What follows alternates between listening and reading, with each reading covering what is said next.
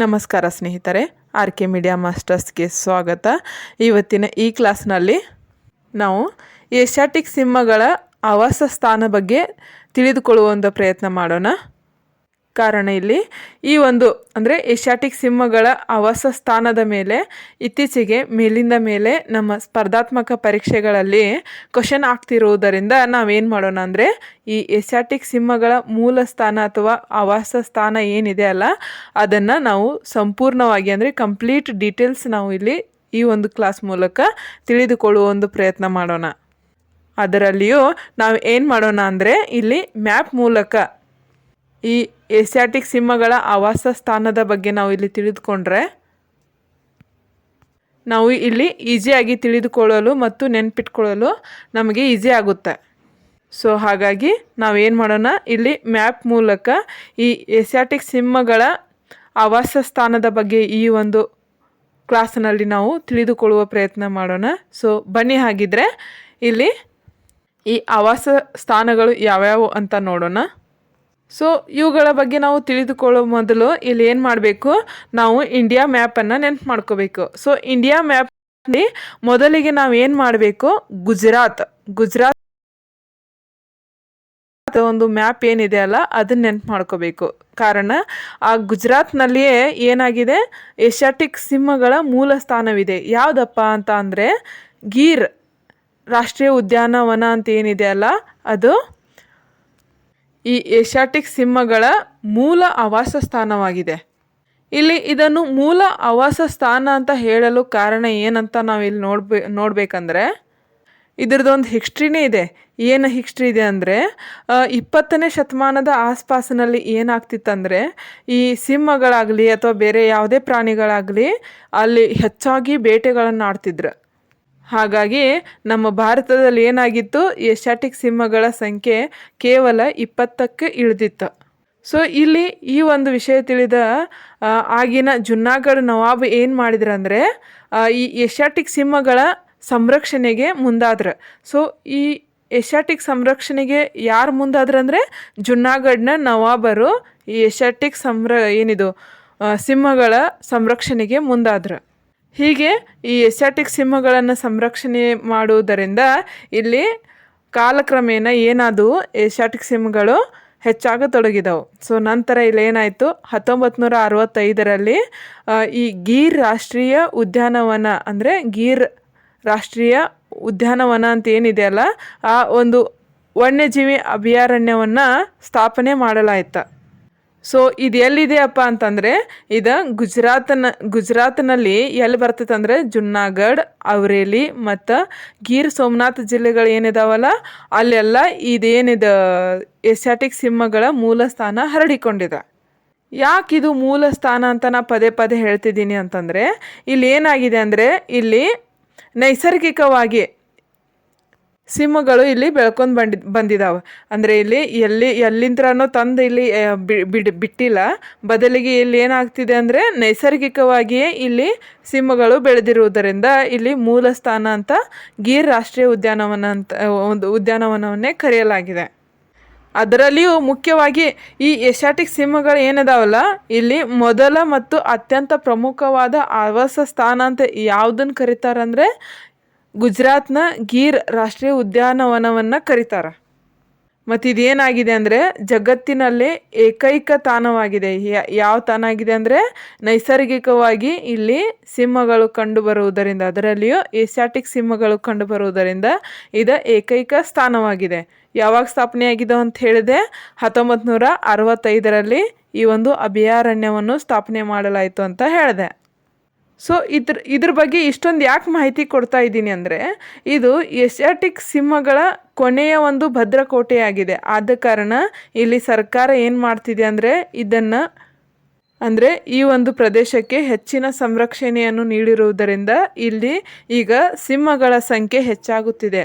ಆದ ಕಾರಣ ಇದ್ರ ಬಗ್ಗೆ ಹೆಚ್ಚಿನ ಮಾಹಿತಿಯನ್ನು ತಮಗೆ ನಾನು ನೀಡ್ತಿದ್ದೇನೆ. ಸೊ ಇದು ಯಾವ ಪ್ರದೇಶದಲ್ಲಿ ಬಂದಿದೆ ಅಂತ ನಾವಿಲ್ಲಿ ತಿಳ್ಕೊಂಡಿದ್ದೀವಿ. ಅಂದರೆ ಇದು ಗುಜರಾತ್ನ ಜುನಾಗಢ್ ಏನಿದೆಯಲ್ಲ ಅಲ್ಲಿ ಮತ್ತು ಔರೇಲಿ ಮತ್ತು ಗೀರ್ ಸೋಮನಾಥ್ ಜಿಲ್ಲೆಗಳು ಏನು ಬರ್ತಾವಲ್ಲ ಆ 3 ಜಿಲ್ಲೆಗಳಲ್ಲಿ ಇದು ಹರಡಿಕೊಂಡಿದೆ ಅಂತ ತಿಳಿದುಕೊಂಡಿದ್ದೀವಿ. ಸೊ ನೆಕ್ಸ್ಟ್ ಇದು 1965ರಲ್ಲಿ ಸ್ಥಾಪನೆಯಾಗಿದೆ ಅಂತಲೂ ತಿಳಿದುಕೊಂಡಿದ್ದೀವಿ. ಬಟ್ ಇದು ಯಾವ ಒಂದು ವಲಯದಲ್ಲಿ ಬರುತ್ತದೆ ಅಂತ ನಾವಿಲ್ಲಿ ತಿಳಿದುಕೊಳ್ಳೋದು ಕೂಡ ಇಂಪಾರ್ಟೆಂಟ್ ಆಗಿದೆ. ಇದು ಯಾವ ವಲಯದಲ್ಲಿ ಬರುತ್ತದೆ ಅಂದರೆ ಒಣ ಎಲೆ ಉದುರಿಸುವ ಅರಣ್ಯ ಮತ್ತು ಕುರುಚಲು ಗಿಡಗಳು ಏನು ಬರ್ತಾವಲ್ಲ ಆ ಒಂದು ಸ್ಥಳಗಳಲ್ಲಿ ಆ ಒಂದು ಪ್ರದೇಶಗಳಲ್ಲಿ ಈ ಸಿಂಹಗಳ ವಾಸಕ್ಕೆ ಅತ್ಯಂತ ಯೋಗ್ಯವಾಗಿರುವುದರಿಂದ ಇಲ್ಲಿ ಏನಾಗಿದೆ, ಇಲ್ಲಿ ಈ ಪ್ರದೇಶಗಳಲ್ಲಿ ಅಂದರೆ ಇಲ್ಲಿ ಒಣ ಎಲೆ ಉದುರಿಸುವ ಅರಣ್ಯಗಳಲ್ಲಿ ಮತ್ತು ಕುರುಚಲು ಗಿಡ ಇರುವ ಅರಣ್ಯಗಳಲ್ಲಿ ಈ ಸಿಂಹಗಳು ಅಂದರೆ ಏಷ್ಯಾಟಿಕ್ ಸಿಂಹಗಳು ವಾಸವಾಗಿರುವುದನ್ನು ನಾವು ಇಲ್ಲಿ ಕಾಣಬಹುದು. ಇನ್ನು ಇತ್ತೀಚೆಗೆ ಈ ಸಿಂಹಗಳ ಸಂಖ್ಯೆ ಹೆಚ್ಚಾಗುತ್ತಿರುವುದನ್ನು ನಾವು ಇಲ್ಲಿ ಕಾಣಬಹುದಾಗಿದೆ. ಹೀಗೆ ಹೆಚ್ಚಾಗುತ್ತಿರುವುದರಿಂದ ಈಗ ಏನಾಗಿದೆ ಅಂತಂದರೆ ಈ ಸಿಂಹಗಳು ಏನಾಗಿದಾವ ತಮ್ಮನ್ನು ತಾವು ಅಂದರೆ ನೈಸರ್ಗಿಕ ಪ್ರಸರಣದ ಮೂಲಕ ಅಂದರೆ ಇಲ್ಲಿ ನೈಸರ್ಗಿಕವಾಗಿ ಹರಡಿಕೊಂಡಿವೆ. ಎಲ್ಲಿಗೆ ಹರಡಿಕೊಂಡಿವೆ ಅಂದರೆ ಈ ಗುಜರಾತ್ನ ಗೀರ್ ರಾಷ್ಟ್ರೀಯ ಉದ್ಯಾನವನ ಅಂತ ಹೇಳಿದೆ ತಾನೆ, ಆ ಉದ್ಯಾನವನದ ಸುತ್ತಮುತ್ತಲೇ ಅಂದರೆ ಒಂದು 100 ಕಿಲೋಮೀಟರ್ ದೂರ ಅಷ್ಟೇ ಇನ್ನೊಂದು ಯಾವುದಿದೆ ಅಂದರೆ ಬರಡಾ ವನ್ಯಜೀವಿ ಅಭಯಾರಣ್ಯ ಅಂತ ಇದೆ. ಅದು ಎಲ್ಲಿ ಬರ್ತದೆ ಅಂದರೆ ಗುಜರಾತ್ನ ಪೋರ್ಬಂದರ್ ಜಿಲ್ಲೆಯಲ್ಲಿ ಬರ್ತದೆ. ಸೊ ಅಲ್ಲಿ ಏನಾಗಿದೆ ಅಂದರೆ ಅಲ್ಲಿಗೂ ಕೂಡ ಇವು ಏಷ್ಯಾಟಿಕ್ ಸಿಂಹಗಳು ಹರಡಿಕೊಂಡಿರುವುದನ್ನು ನಾವು ಇತ್ತೀಚೆಗೆ ಕಾಣಲಾಗಿದೆ. ಸೊ ಹಾಗಾಗಿ ಇಲ್ಲಿ ಮೂಲ ಸ್ಥಾನ ಯಾವುದಾಯಿತು, ಗೀರ್ ರಾಷ್ಟ್ರೀಯ ಉದ್ಯಾನವನ ಆಯಿತು.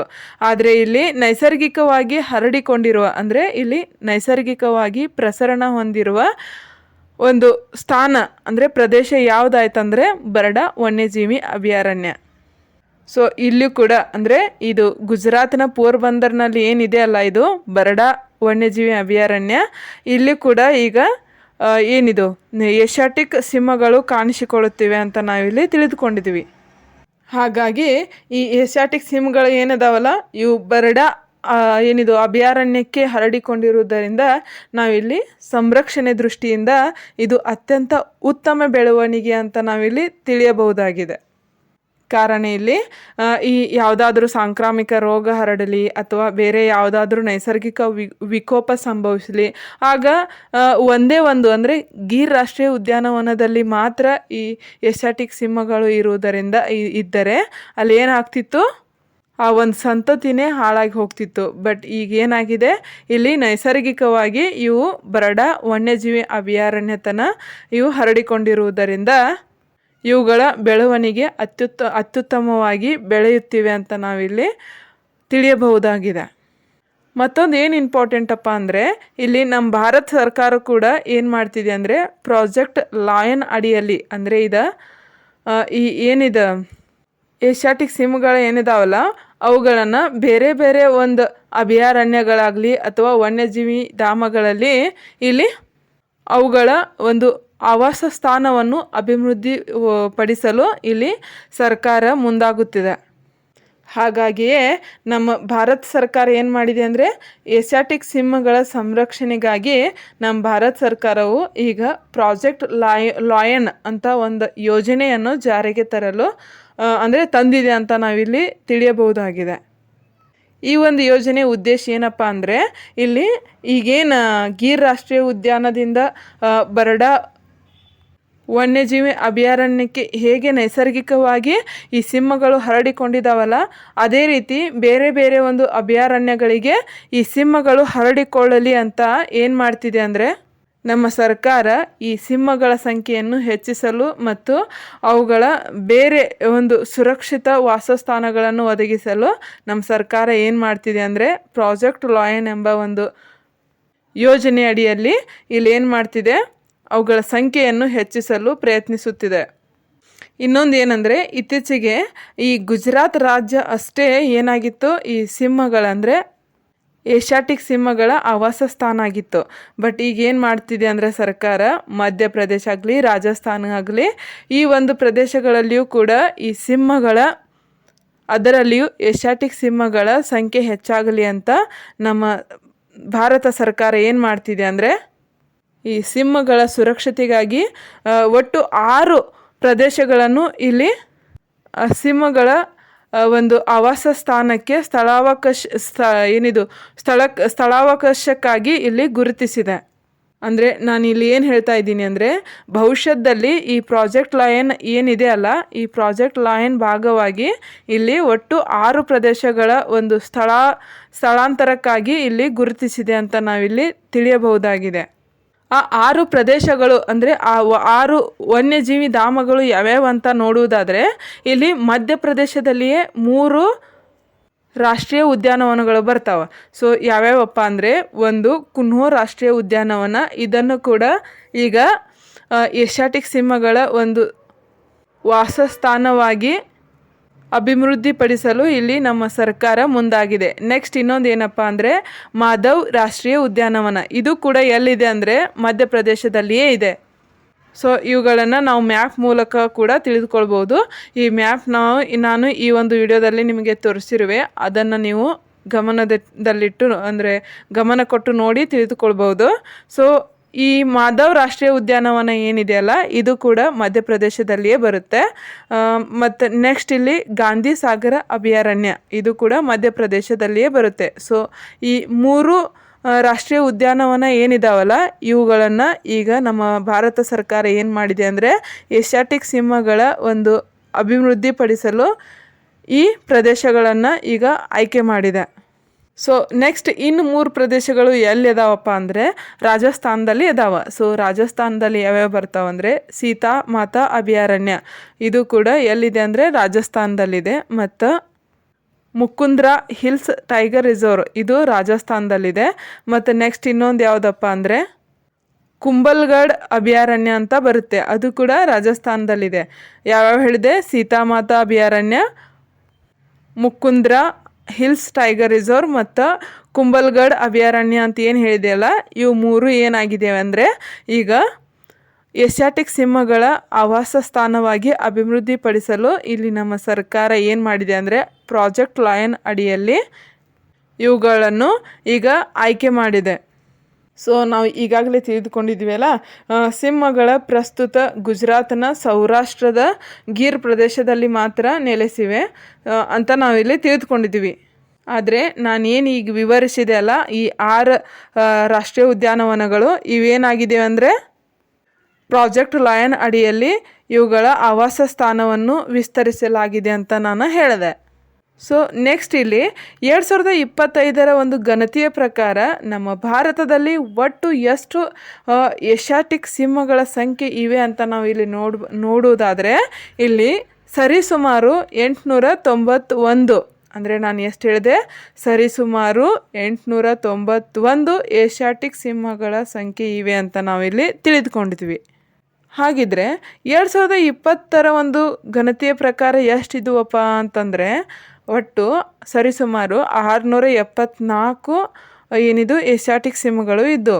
ಸೊ ಅದಕ್ಕೆ ಮತ್ತು ಇದಕ್ಕೆ ಹೋಲಿಸಿದಾಗ ಅಂದರೆ 2020 ಒಂದು ಗಣತಿಯ ಪ್ರಕಾರ 674 ಏಷ್ಯಾಟಿಕ್ ಸಿಂಹಗಳು ಇದ್ದು ಅಂತ ಹೇಳಿದೆ. ಸೊ ನೆಕ್ಸ್ಟ್ ಇಲ್ಲಿ 2025ರಲ್ಲಿ 891 ಏಷ್ಯಾಟಿಕ್ ಸಿಂಹಗಳು ಇದ್ದಾವೆ ಅಂತ ನಾನು ಹೇಳಿದೆ. ಸೊ ಇಲ್ಲಿ ಸರಿಸುಮಾರು 32% ಹೆಚ್ಚಳ ಆಗಿದೆ ಅಂತ ನಾವಿಲ್ಲಿ ತಿಳಿದುಕೊಂಡಿದ್ವಿ. ಸೊ ಹೀಗಾಗಿ ಏನಾಗಿದೆ ಅಂತ ನಮಗೆ ಕಂಡು ಬಂತಿಲ್ಲಿ, ಈ ಏಷ್ಯಾಟಿಕ್ ಸಿಂಹಗಳು ತಮ್ಮ ನೈಸರ್ಗಿಕವಾಗಿಯೇ ಇವು ಏರಿಕೆಯಾಗುತ್ತಿರುವುದನ್ನು ನಾವಿಲ್ಲಿ ತಿಳಿದುಕೊಂಡಿದ್ವಿ. ಹಾಗಾಗಿಯೇ ಇಲ್ಲೇನಾಯಿತು, ಗುಜರಾತ್ ಒಂದು ಗಿರ್ ರಾಷ್ಟ್ರೀಯ ಉದ್ಯಾನವನ ಏನು ಇದೆ ಅಲ್ಲ, ಇದು ಏಷ್ಯಾಟಿಕ್ ಸಿಂಹಗಳ ಮೂಲ ನೆಲೆ ಮತ್ತು ಜಗತ್ತಿನಲ್ಲೇ ಇದು ನೈಸರ್ಗಿಕವಾಗಿ ಕಂಡುಬರುವ ಒಂದು ಏಕೈಕ ತಾಣವಾದ ಪ್ರದೇಶವಾಗಿದೆ ಅಂತ ನಾವಿಲ್ಲಿ ತಿಳಿದುಕೊಳ್ಳೋದು ತುಂಬ ಇಂಪಾರ್ಟೆಂಟ್ ಆಗಿದೆ. ಸೊ ಬನ್ನಿ ಹಾಗಿದ್ರೆ ನಾವು ಕ್ವಿಕ್ಕಾಗಿ ಇಲ್ಲಿ ಈ ಏನಿದು ನಾ ಹೇಳಿದೆ ಅಲ್ಲ, ಪ್ರಾಜೆಕ್ಟ್ ಲಾಯನ್ ಅಡಿಯಲ್ಲಿ ಬರುವ ರಾಷ್ಟ್ರೀಯ ಉದ್ಯಾನವನಗಳನ್ನು ಮತ್ತೆ ರೀಕಾಲ್ ಮಾಡ್ಕೊಳ್ಳೋಣ. ಮೊದಲನೇದಂತೂ ನಾನು ಹೇಳಿದೆ ಗಿರ್ ರಾಷ್ಟ್ರೀಯ ಉದ್ಯಾನವನ ಅಂತ ಹೇಳಿದೆ, ಇದು ಮೂಲ ಸ್ಥಾನವಾಗಿದೆ ಅಂತ ಹೇಳಿದೆ. ನೆಕ್ಸ್ಟ್ ಇಲ್ಲಿ 2ನೇದು ಬರ್ಡಾ ವನ್ಯಜೀವಿ ಅಭಯಾರಣ್ಯ, ಇದು ಕೂಡ 2ನೇ ಒಂದು ಮೂಲ ಏನಿದು ನೈಸರ್ಗಿಕ ಆವಾಸ ಸ್ಥಾನ ಅಂತ ಹೇಳಿದೆ. ನೆಕ್ಸ್ಟ್ ಈಗ ಇತ್ತೀಚೆಗೆ ಸುದ್ದಿಯಲ್ಲಿರುವುದು ಯಾವುದಪ್ಪ ಅಂದರೆ ಅದು ಪ್ರಾಜೆಕ್ಟ್ ಲಾಯನ್ ಅಡಿಯಲ್ಲಿ ಬರುವ ಈ ಪ್ರದೇಶಗಳು ಯಾವಪ್ಪ ಅಂತಂದರೆ ಕುನೋ ರಾಷ್ಟ್ರೀಯ ಉದ್ಯಾನವನ ಮಧ್ಯಪ್ರದೇಶ, ಮಾಧವ್ ರಾಷ್ಟ್ರೀಯ ಉದ್ಯಾನವನ ಮಧ್ಯಪ್ರದೇಶ, ಮತ್ತು ಗಾಂಧಿ ಸಾಗರ್ ಅಭಯಾರಣ್ಯ ಮಧ್ಯಪ್ರದೇಶ, ಸೀತಾಮಾತಾ ಅಭಯಾರಣ್ಯ ಇದು ರಾಜಸ್ಥಾನದಲ್ಲಿ ಬರುತ್ತೆ, ಮುಕುಂದ್ರ ಹಿಲ್ಸ್ ಟೈಗರ್ ರಿಸರ್ವ್ ಇದು ಕೂಡ ರಾಜಸ್ಥಾನದಲ್ಲಿ ಬರುತ್ತೆ, ಮತ್ತು ನೆಕ್ಸ್ಟ್ ಲಾಸ್ಟ್ ಯಾವುದಂದರೆ ಕುಂಬಳಗಢ್ ಅಭಯಾರಣ್ಯ ಇದು ರಾಜಸ್ಥಾನದಲ್ಲಿ ಬರುತ್ತೆ. ಸೊ ಇಷ್ಟೇನಾಯ್ತು ಇದು ಏಷ್ಯಾಟಿಕ್ ಸಿಂಹಗಳ ಒಂದು ಡೀಟೇಲ್ ವಿವರವನ್ನು ನಾನು ನಿಮ್ಮ ಮುಂದೆ ಅಂದರೆ ಇಲ್ಲಿ ನಿಮಗೆ ತಿಳಿಸುವ ಒಂದು ಪ್ರಯತ್ನ ಮಾಡಿದ್ದೇನೆ. ಇವು ನಮ್ಮ ಸ್ಪರ್ಧಾತ್ಮಕ ಎಕ್ಸಾಮ್ ದೃಷ್ಟಿಯಿಂದ ತುಂಬ ಇಂಪಾರ್ಟೆಂಟ್ ಆಗಿರುವುದರಿಂದಲೇ ನಾನೇನು ಮಾಡಿದ್ದೀನಿ ಇಷ್ಟು ಡೀಟೇಲ್ಸ್ ಆಗಿ ನಿಮಗೆ ತಿಳಿಸುವ ಒಂದು ಪ್ರಯತ್ನ ಮಾಡಿದ್ದೀನಿ. ಸೊ ಈ ಕ್ಲಾಸ್ ನಿಮಗೆ ಇಷ್ಟವಾದಲ್ಲಿ ಸಬ್ಸ್ಕ್ರೈಬ್ ಮಾಡಿ ಮತ್ತು ಶೇರ್ ಮಾಡಿ ಅಂತ ಹೇಳ್ತಾ ಇಲ್ಲಿಗೆ ಈ ಒಂದು ಕ್ಲಾಸ್ ನಾನು ಮುಕ್ತಾಯಗೊಳಿಸುತ್ತೇನೆ. ಮತ್ತು ನೆಕ್ಸ್ಟ್ ಇನ್ಫಾರ್ಮೇಷನ್ನೊಂದಿಗೆ ನೆಕ್ಸ್ಟ್ ಕ್ಲಾಸ್ನಲ್ಲಿ ಸಿಗುತ್ತೇನೆ.